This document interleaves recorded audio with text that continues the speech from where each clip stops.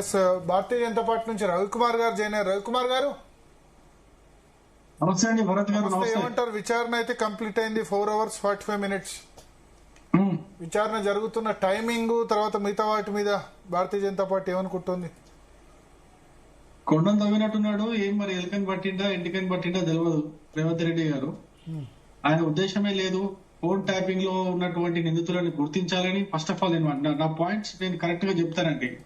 నిందితులు ఎవరో గుర్తించాలనే ఉద్దేశం ఈ ప్రభుత్వానికి లేదు. అదేవిధంగా గుర్తించిన నిందితులను శిక్షించాలని మీరు ఎట్లా డిక్లేర్ చేస్తారండి? మీ ఉద్దేశం లేదు రేవంత్ రెడ్డి గారికి ప్రభుత్వానికి అని మీరు ఎట్లా డిక్లేర్ చేస్తారు? అట్లా అనుకుంటే ఇన్వెస్టిగేషన్ ఎట్లా చేస్తామండి? మరి అట్లా అనద్దు కదండి. మాట్లాడనివ్వండి. చెప్పండి.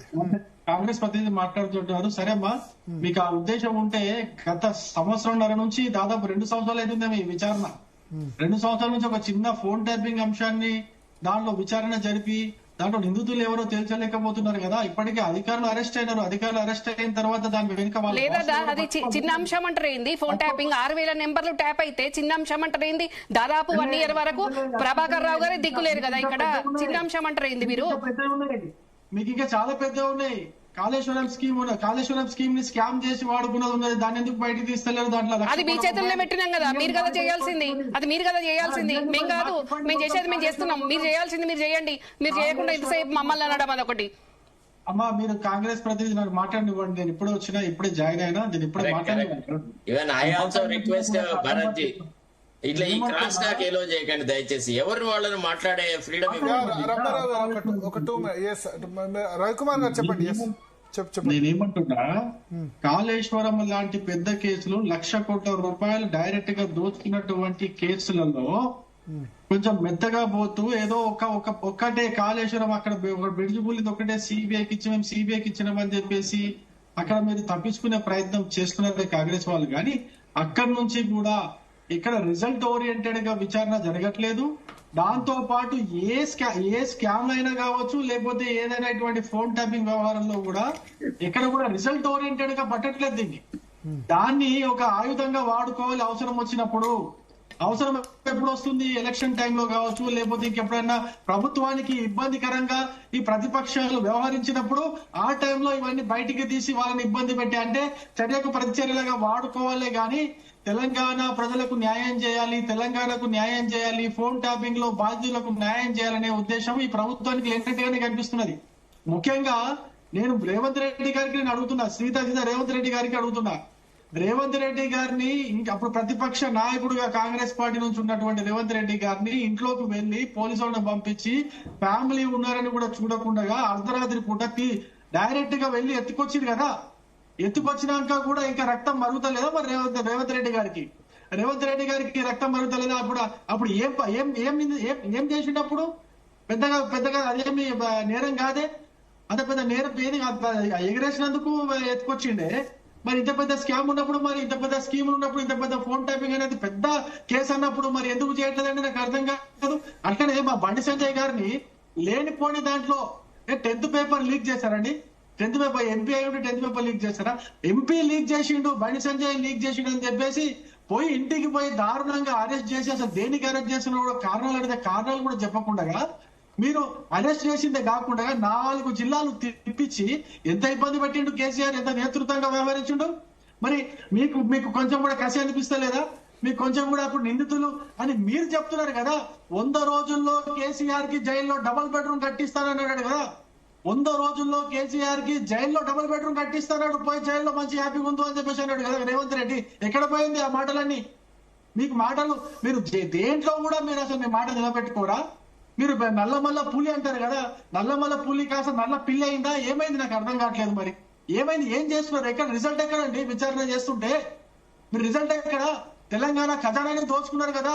దోచుకున్నారని చెప్పేసి మీరు రేవంత్ రెడ్డి గారు అక్నాలెడ్జ్ చేసిండు కదా అనేక సమావేశాల్లో.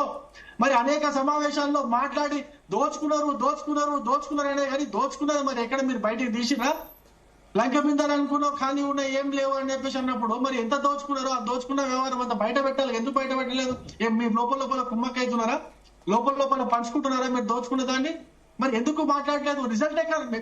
తెలంగాణ ప్రజలు ఒక్కటే అడుగుతున్నారండి. ఇప్పుడు చూడండి, ఎలక్షన్ జరుగుతున్నాయి, మున్సిపల్ ఎలక్షన్ జరుగుతున్నాయి. ఈ రోజు కేసీఆర్ గారిని విచారించడానికి పిలిచినారు. ఎక్కడ కూడా ఎలక్షన్ వాతావరణం ఉన్నప్పటికీ కూడా ప్రజల్లో ఎక్కడ కూడా ఏమి ఎటువంటి స్పందన లేదు. కేసీఆర్ ని అరెస్ట్ చేస్తున్నారంట, ఏదో విచారణ చేస్తున్నారంట అని చెప్పేసి ఎక్కడ కూడా స్పందన లేదు. అంత మామూలుగానే ఉన్నది. ఎక్కడ ఏమి ఎటువంటి విచారం ప్రజల్లో లేదు, ఎటువంటి స్పందన ప్రజల్లో లేదు.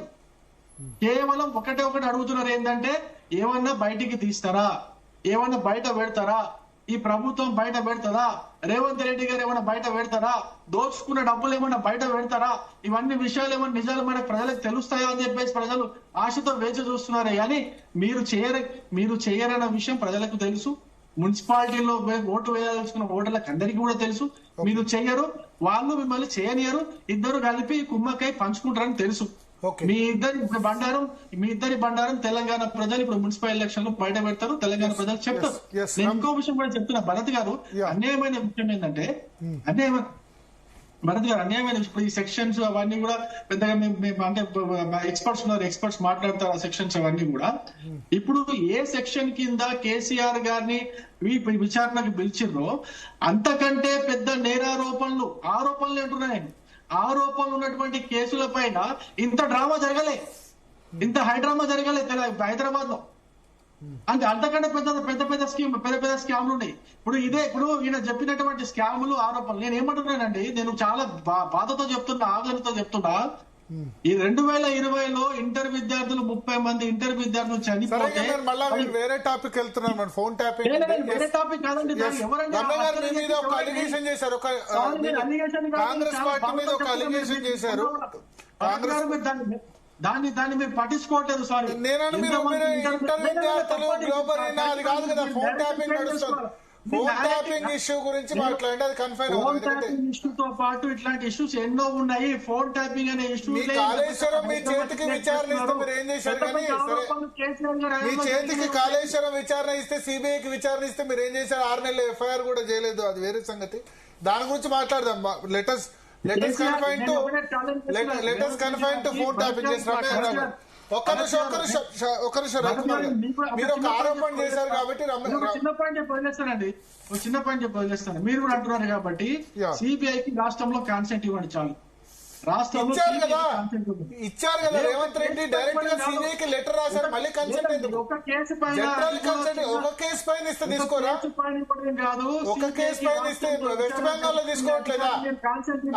వెస్ట్ బెంగాల్ లో తీసుకోలేదా? వెస్ట్ బెంగాల్ లో ఒక నిమిషం నేను మాట్లాడతా. వెస్ట్ బెంగాల్ లో ఆర్జీకర్ కేసులో మమతా బెనర్జీ సిబిఐ పై బ్యాన్ విధించినప్పటికీ ఆర్జీకర్ కేసులో సిబిఐకి విచారణ అధికిస్తే సిబిఐ తీసుకుంది. అంటే ఒక కేసులో వెస్ట్ బెంగాల్ లో తీసుకుంటారు, తెలంగాణలో తీసుకోరా? ఇక సార్ అది వేరే సంగతి. మళ్ళీ మీరు మాట్లాడిన ఆర్జీకర్ ఆ మహిళా డాక్టర్ మీద అత్యాచారం కేసులో తీసుకుందా లేదా సిబిఐ? సిబిఐకి ఇవ్వాలి. రేవంత్ రెడ్డి ఇస్తా